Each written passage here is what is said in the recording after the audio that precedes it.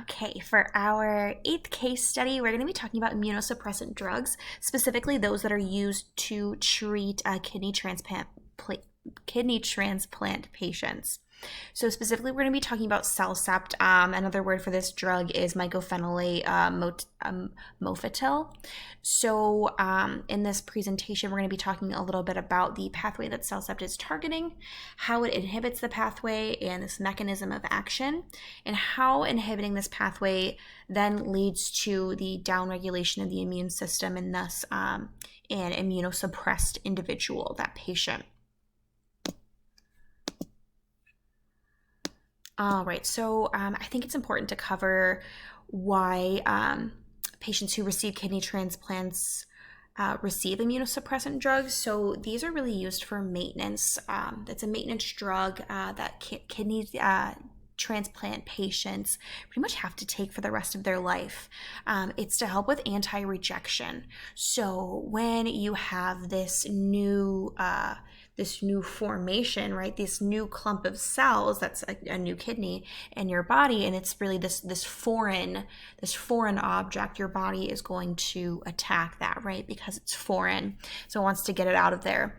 What's happening when you take an immunosuppressive drug is it's lessening that attack that your body is having on that foreign object.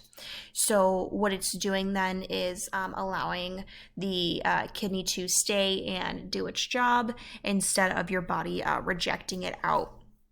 So it prevents rejection, and it's important to minimize side effects the most that you can when you're taking drugs like this. So side effects such as stomach ache, and of course there's an increased risk of infection. So we're going to talk about that too when we're talking about sort of how the pathway is causing that. But often your physician is going to be continuing to check CBC, so white blood cell count, to make sure that looks good. It's important to monitor how you're feeling as a patient. So if you're getting fever or sores in the mouth or things like that, then it's possible that you could have an infection. So with increased risk of infection, it's important that you're making sure that you're keeping an eye on those related things. Okay, so let's talk a little bit about the target pathway. I put a couple of, since these are all, very, very large words, I put some abbreviations up here. So when we're talking about mycophenolate mofetil, then we're talking about MMF, right? So that's just an abbreviation for that. Mycophenolic acid is MPA, and inosine monophosphate dehydrogenase is IMPDH. So our drug is absorbed using oral administration. For those who can't take it orally, it's usually put in intravenously. It is hydrolyzed into MPA, and that is the active metabolite. MPA is selective, it's not competitive, and reversible. It's an inhibitor of that IMPDH. Okay, so then what we're seeing in this photo here is our drug, our MMF. It is inhibiting the IMPDH here, and then it has this sort of domino effect on the guanosine monophosphate, and then sort of going down here. So what we're looking at then is the inhibition of the guanosine nucleotide synthesis pathway. So that also does not include any incorporation into DNA, right? So what's happening here is it's inhibiting this guanosine nucleotide synthesis pathway. So then that in turn starts to reflect on DNA synthesis. So DNA synthesis, how? Right? How is that being affected? So when we're thinking about DNA synthesis, I'm always thinking about the cell cycle. So sort of the mechanism of action here that we're looking at when we're talking about the cell cycle is MMF is converted in the liver into MPA, which inhibits that the IMPDH activity during DNA synthesis, which happens in the S phase of the cell cycle. So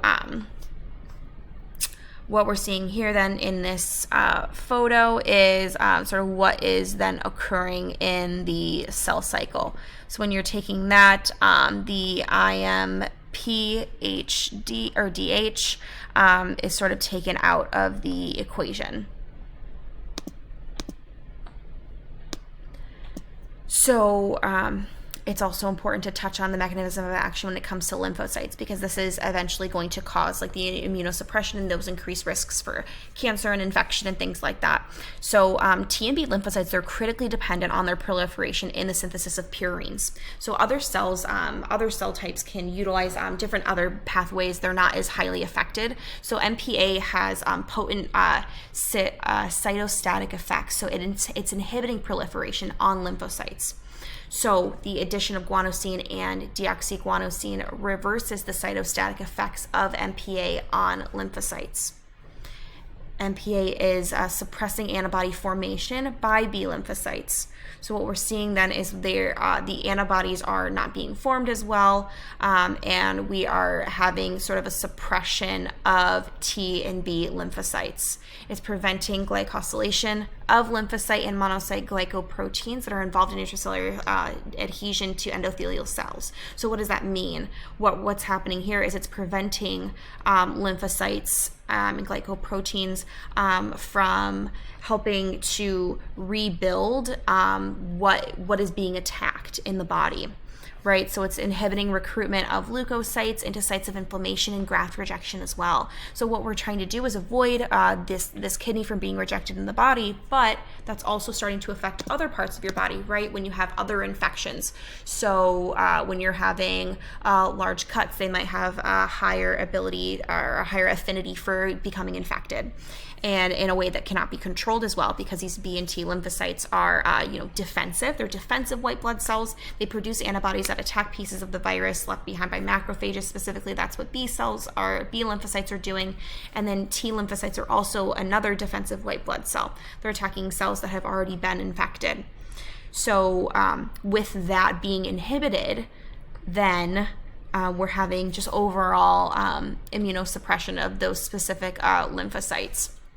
So what's happening here is there is an increased risk for getting skin cancer, lymphoma, and other malignancies. So certainly patients who are taking CellCept should stay out of the sunlight, avoid tanning beds and UV and things like that. And then you're having this weakened ability to fight infections as well, which is a really big part of it. So without those lymphocytes being in their full effect, then you're unable to fight infections as well. Here are my citations, and that is the end of my presentation.